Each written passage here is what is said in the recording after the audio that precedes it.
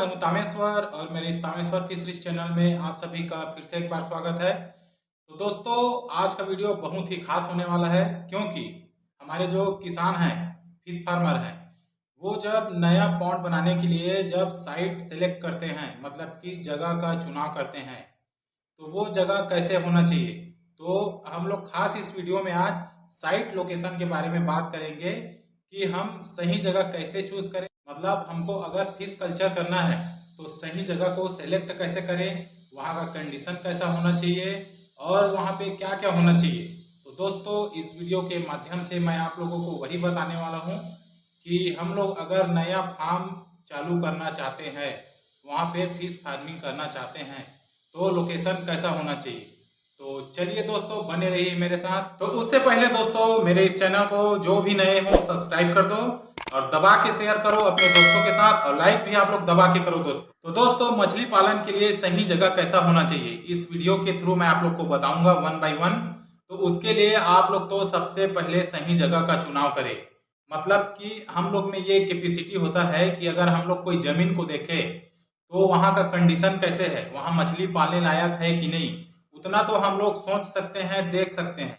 मेरा कहने का मतलब वही है कि सही जगह का चुनाव करें। अगर दोस्तों आप लोगों ने मछली पालने का ठान ही लिया है, तो अगर वैसे जगह चुनाव करते हैं तो वहां पे आप लोग हमेशा ये सोचना कि मैं यहाँ पे सिर्फ मछली पालन ही करूंगा, मतलब कि मैं कोई दूसरा चीज का कंस्ट्रक्शन नहीं करूंगा।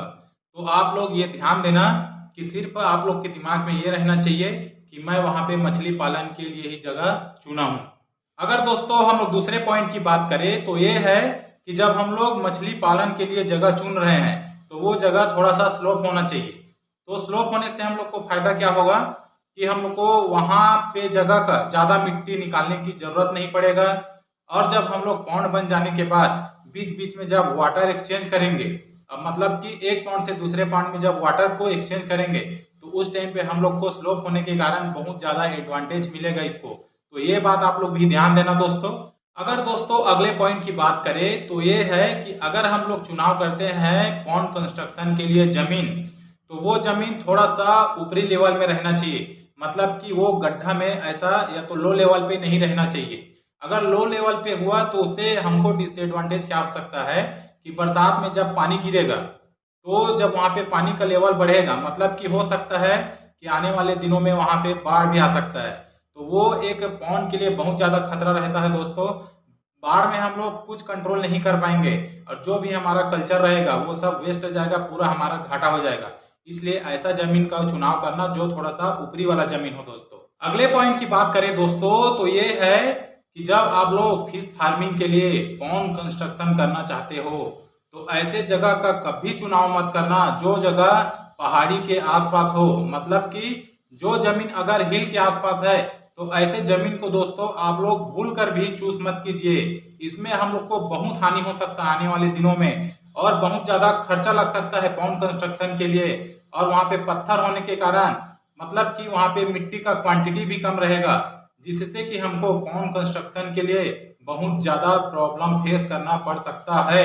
अगर दोस्तों हम लोग अगले पॉइंट की बात करें तो वो ये है कि आप लोग जब चूज करोगे फिश फार्मिंग के लिए जगह, तो आप लोग ऐसे जगह का चुनाव करना जहां पे हमेशा सनलाइट रहता हो, और ऐसे जगह का भी चुनाव करना जो आपके घर के आसपास हो। मतलब कि आप कभी भी जाके आपके मछली का केयर कर सकते हो, कभी भी जाके आपके पॉन्ड का कंडीशन चेक कर सकते हो, देख सकते हो। मतलब इसमें आप लोग को परेशानी इसलिए नहीं आएगा कि कभी कभी क्या होता है कि लेबर का प्रॉब्लम हम लोग सभी लोग फेस करते हैं। तो उस जगह पे आप लोग कभी आपको वहां पे जाके मेंटेनेंस करना है या तो कुछ चीज चेक करना है, तो आप लोग वहां पे लेबर का भरोसा में कभी नहीं रहोगे। तो खुद जाके आप लोग ये केयर कर सकते हो और अपने फार्म को मेंटेनेंस कर सकते हो। दोस्तों जो अगले पॉइंट की बात करने जा रहे हैं वो बहुत मोस्ट इम्पोर्टेंट पॉइंट है, और वह है पानी की सुविधा। मतलब हमको अगर मछली पालन करना है तो हमारे आसपास ऐसे जगह होना चाहिए जहां पे प्लेंटी ऑफ वाटर हो, मतलब कि बहुत ज्यादा क्वांटिटी में वाटर। वहां आसपास आप लोग ऐसे देखना कि आसपास झरना हो या तो नदी हो या तो बड़ा ऐसा नाला हो जहां पे हमेशा पानी की सुविधा हो। तो आप लोग खास ये वाला पॉइंट ध्यान देना, जहां पे भी हो आप लोग लोकेशन चूज करो वहां पे बहुत ज्यादा क्वांटिटी में प्लेंटी ऑफ वाटर रहना चाहिए आपके फिश फार्मिंग के लिए। तभी आप लोग सक्सेसफुल फिश फार्मिंग कर सकते हो, नहीं तो बिना पानी के आप लोग कभी फिश फार्मिंग नहीं कर पाओगे। अल्टीमेटली मेरा बोलने का मतलब यही था कि आप लोग अगर अपने पॉन्ड में पानी जब भी भरना चाहो तो भर सको, और जब भी अगर खाली करना चाहो तो खाली भी कर लो। पानी की सुविधा को मैं मोस्ट इम्पोर्टेंट किस लिए बोला हूं मैं आप लोग को बताना चाहूंगा, क्योंकि अगर हम लोग भगवान भरोसा रहें, भगवान भरोसा मतलब बरसात के ऊपर अगर डिपेंड रहें कि बरसात होगा और हम लोग मछली पालन शुरू करेंगे, तो ये कदापि नहीं होने वाला है दोस्तों। तो इसीलिए मैं बोला हूं कि आप लोग जब फार्म का सिलेक्शन करोगे तो ऐसे जगह का करना जहां पे बहुत ज्यादा पानी हो। अगर दोस्तों पानी नहीं रहा और हम लोग मछली पालन के लिए स्टार्ट कर दिए और उसमें बच्चा भी स्टॉक कर दिए, अगर पानी ही नहीं रहा तो एक कंडीशन ऐसा आएगा कि हमको पानी नहीं होने के कारण हमारा जो मछलियां हैं वो सभी एक साथ मर जाएंगे, तो उसमें तो दोस्तों हमारा ही घाटा है ना।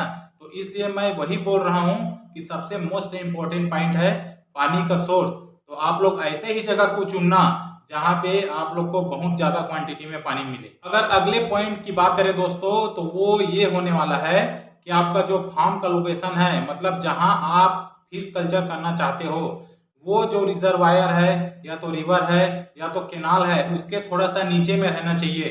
तो उससे होगा क्या कि हमको वहां से पानी लेने में बहुत ज्यादा आसानी होगा, मतलब कि हमको हर समय डीजल पेट्रोल पंप या तो इलेक्ट्रिसिटी के ऊपर डिपेंड नहीं रहना पड़ेगा। हम जब चाहे स्लो होने के कारण वहां से पानी ले सकते हैं दोस्तों।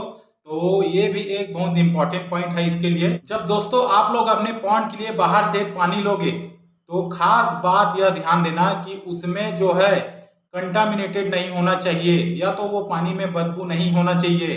अगर ऐसा हुआ तो हमारे कल्चर सिस्टम में बहुत ज्यादा प्रॉब्लम आ सकता है।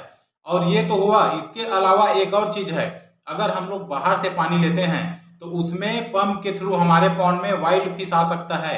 वाइल्ड फिश मतलब कि जैसे कि होता है प्रेडेटरी फिश, जो कि छोटे छोटे जो मछलियों के स्पॉन होता है या तो फिंगरलिंग होता है वो सबको खा जाते हैं। तो ये अगर हमारे पॉन्ड में आया तो ये हमारे लिए बहुत खतरनाक होगा। तो इससे बचने के लिए आप लोग फिल्टर का यूज कीजिए। जहाँ पे आप लोग पानी डालते हैं पॉन्ड में वहां पे नेट लगा दीजिए।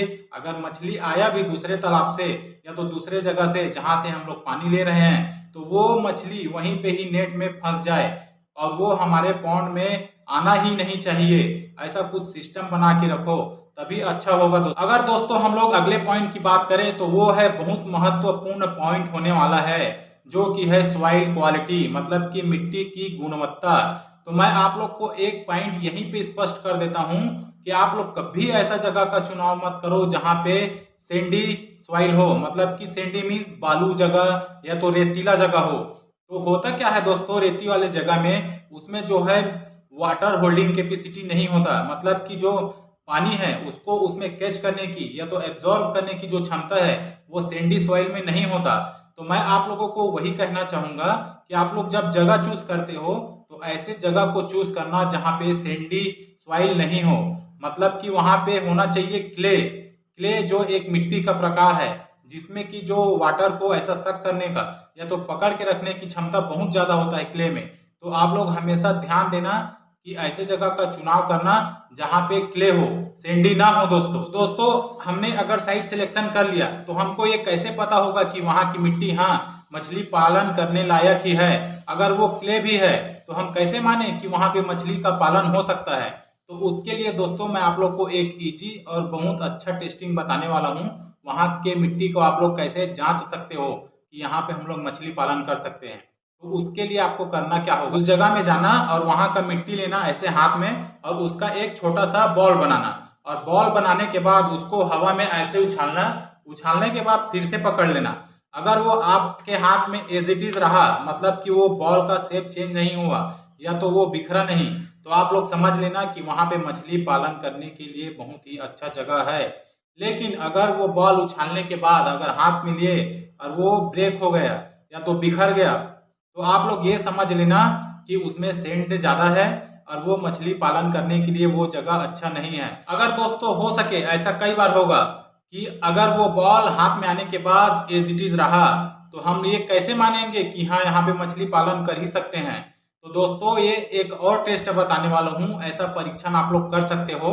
वहां पे जाना और उस जगह पे आपके कमर है वहां तक का गड्ढा खोद लेना छोटा सा, और उसमें पानी भर देना, और पानी भरने के बाद उसको ढक देना किसी चीज से, और उसको सुबह आके उस गड्ढे को देखना। अगर उसमें पानी रुका हुआ है तो आप लोग समझ लेना वहां का जो मिट्टी है उसमें पानी को पकड़ने या तो होल्डिंग करने की जो कैपेसिटी है, वाटर होल्डिंग कैपेसिटी, वो बहुत अच्छा है। लेकिन आप लोग अगर नेक्स्ट मॉर्निंग आके देखोगे, अगर उस गड्ढे में पानी आधा रहा है या तो पानी ही नहीं है, तो आप लोग समझ लेना दोस्तों, आप लोग के लिए कंफर्मेशन है कि वहां पे हम लोग मछली पालन नहीं कर सकते।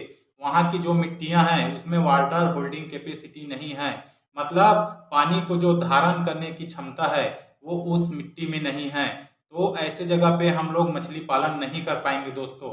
तो दोस्तों इस वीडियो में आज हमने देखा कि अगर हमको मछली पालन करना है तो हम लोग सही जगह का सिलेक्शन कैसे कर रहे, और वहां का वाटर का क्वालिटी कैसे रहना चाहिए, वहां की मिट्टी का क्वालिटी कैसे रहना चाहिए। तो इस वीडियो में आप सब देखें दोस्तों, और मैं चाहता हूं कि इस वीडियो को आप लोग कमेंट करके बताएं और अपने दोस्तों के साथ भी शेयर करें। Thank you.